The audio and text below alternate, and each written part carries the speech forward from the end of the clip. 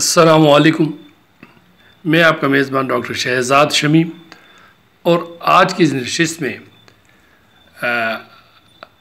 ہمارا موضوع ہے روح کیا ہے اور نظریہ روح کا تجزیہ، بلکہ یہ آج اس کی تیسری اور آخری نشست ہے اس موضوع کی.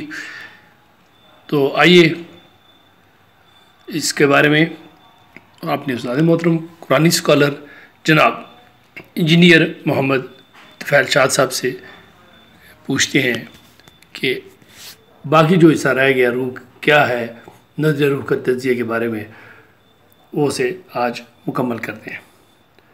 تو سر السلام علیکم. Now mic to you.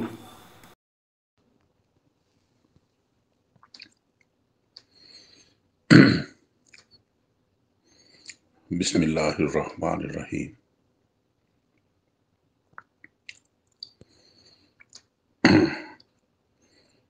حاضرین و سامعین السلام علیکم. آج 28 اگست ہے، دن ہے اتوار کا، اور سن ہے 2022.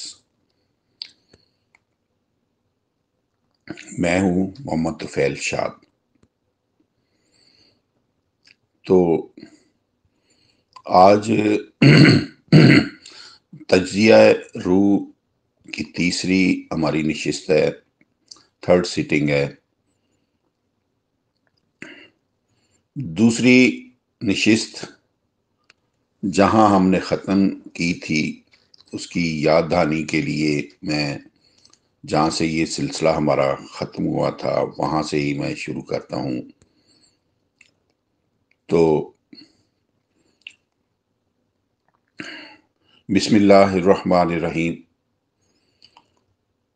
ثم جعل نسلہ من سلالۃ من ماء مہین ثم سواہ ونفخ فیہ من روحہ وجعل لکم السمع والابصار والافئدہ. 32/9. اس کا مفہوم: پھر اس افزائش نسل کو حقیر پانی کے جوہر یعنی نطفہ سے ٹھہرایا، پھر اس نے انسان کے ارتقائی منازل سے گزار کر صحیح سالم کر دیا اور اس میں اپنی مخصوص تعلیم پھونک دی، یعنی اس کے لیے کان، آنکھ اور دماغ بنا کر اسے باشعور کر دیا.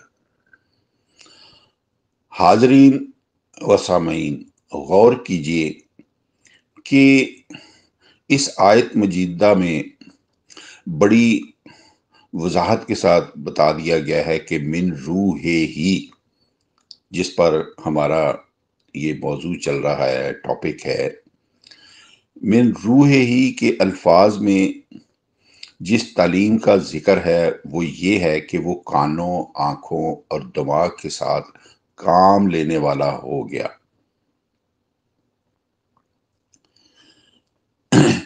یاد رہے کہ عقل و دانش اور فہم و فراست انہی اعضاء سے متعلق ہے. انہی کی مدد سے حضرت انسان موجودات عالم کو تابع تسخیر کرتا ہے اور ایک ایک چیز سے قدم قدم پر سجدے کرواتا ہے. بس روح منہ سے مراد فہم و فراست اور عقل و دانش کی وہ خاصیت خاصہ ہے جو بھری کائنات میں صرف انسان کو دی گئی ہے، جس کے ذریعے وہ ہر چیز کے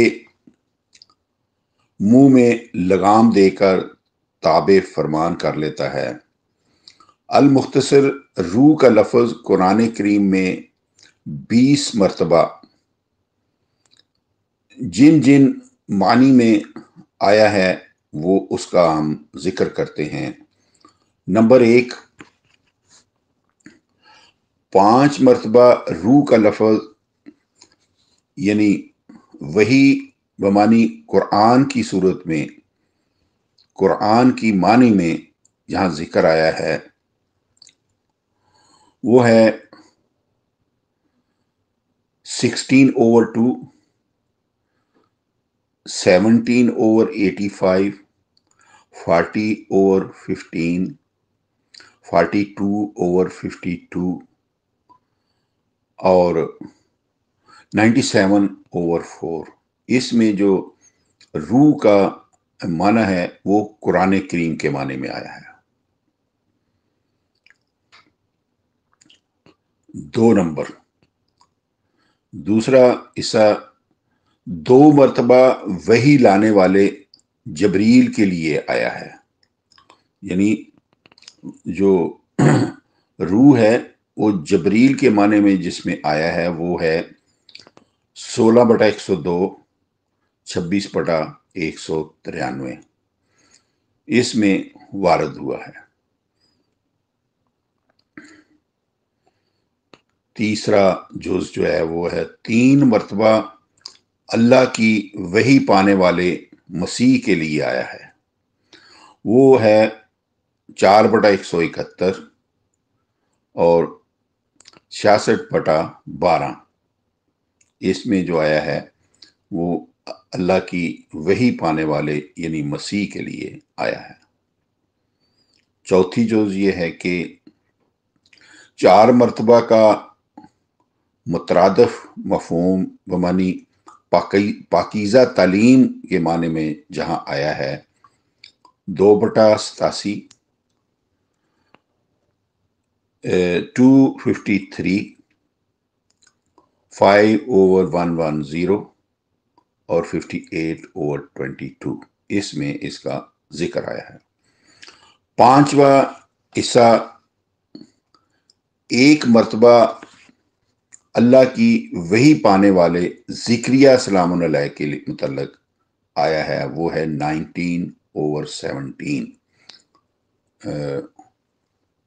تو 19/17 اس میں آیا ہے۔ اب چھٹا جز یہ ہے کہ 1 مرتبہ جملہ انبیاء کرام کے لیے یہ آیا ہے 78/38، 7واں جز اس کا۔ 1 مرتبہ بمانی مطلق وحی الہی مذکور ہے، وہ ہے 70/4، اس میں یہ ذکر آیا ہے۔ 8واں جز یہ ہے کہ 3 مرتبہ اللہ تعالیٰ کی عطا کردہ خاصیت خاصہ کے لیے اس کا ذکر آیا ہے 15/28 اور 29 میں، پھر 32/71 and 72 اس کا ذکر آیا۔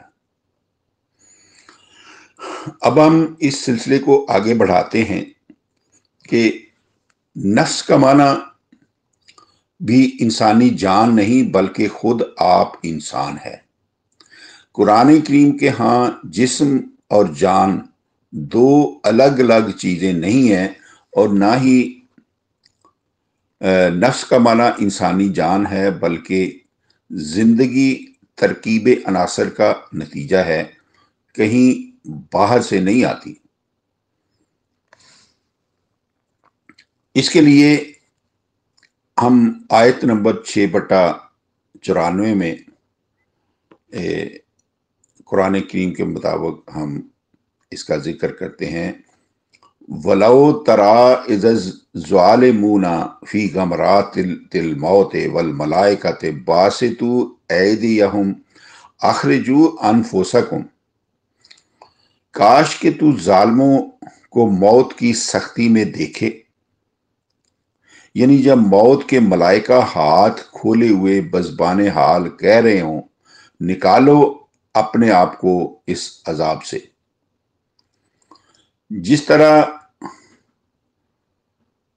تخرجون انفسکم من دیارہم کا معنی ہے کہ تم اپنے افراد کو اپنے گھروں سے نکالتے ہو، اور بیسا مشترو بہی انفسہم 2/90 میں ہے، جو وہ اپنے آپ کے لیے خریدتے ہیں وہ برا ہے۔ اور کنتم تختانون انفسکم، 2/187 تم آپس میں ایک دوسرے سے خیانت کرتے ہو۔ جب پورے قرآن مبین میں نفس کا لفظ بھی مذمومہ روح کے لیے نہیں آیا تو ہم کیسے باور کریں کہ جسم اور روح دو الگ الگ چیزیں ہیں؟ جسم موت سے مر جاتا ہے اور روح نہیں مرتی۔ بالفرض اگر روح قدیم اور غیر فانی چیز ہے تو پھر فلسفہ قدامت روح کے تحت تو اللہ تعالیٰ کی ذات الالوہیت لیسا کمثلہ شیء میں جو بے مثلیت قائم تھی وہ بھی ختم ہو جاتی ہے۔ اس کا صاف نتیجہ یہ نکلا کہ نہ حلول سے انکار ہو سکتا ہے اور نہ ہی کوئی وحدت الوجود اور وحدت الشہود سے مفر ہے، کوئی اس کے انکار نہیں کر سکتا، اور یہی امر تصوف کی عمارت کی بنیاد قرار پاتا ہے۔ لیکن قرآن حکیم ان نظریات کے اثبات کی قطعاً اجازت نہیں دیتا، بلکہ صاف قرآن کریم فرماتا ہے کہ تم ماں کے پیٹ سے پیدا ہونے کے بعد مر جاتے ہو۔ سورہ مومنون 23/15-16۔ ثم انکم بعد ذالک لمیتون ثم انکم یوم القیامت تبعثون۔ پھر تم پیدا ہونے کے بعد زندگی کی منزلیں طے کر لیتے ہو، مر جاتے ہو، اور پھر مرنے کے بعد تم قیامت کے یوم اٹھائے جاؤ گے۔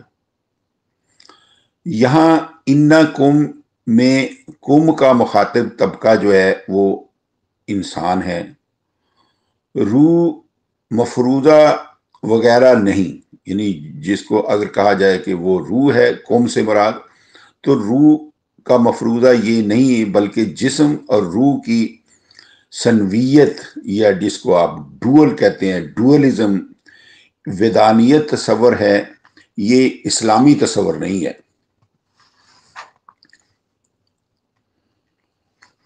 تو وَإِذَا جَاءَكَ الَّذِينَ يُؤْمِنُونَ بِآيَاتِنَا فَقُلْ سَلَامٌ عَلَيْكُمْ كَتَبَ رَبُّكُمْ عَلَى نَفْسِهِ الرَّحْمَةَ أَنَّهُ مَنْ عَمِلَ مِنْكُمْ سُوءًا بِجَهَالَةٍ ثُمَّ تَابَ مِنْ بَعْدِهِ وَأَصْلَحَ فَإِنَّهُ غَفُورٌ رَحِيمٌ۔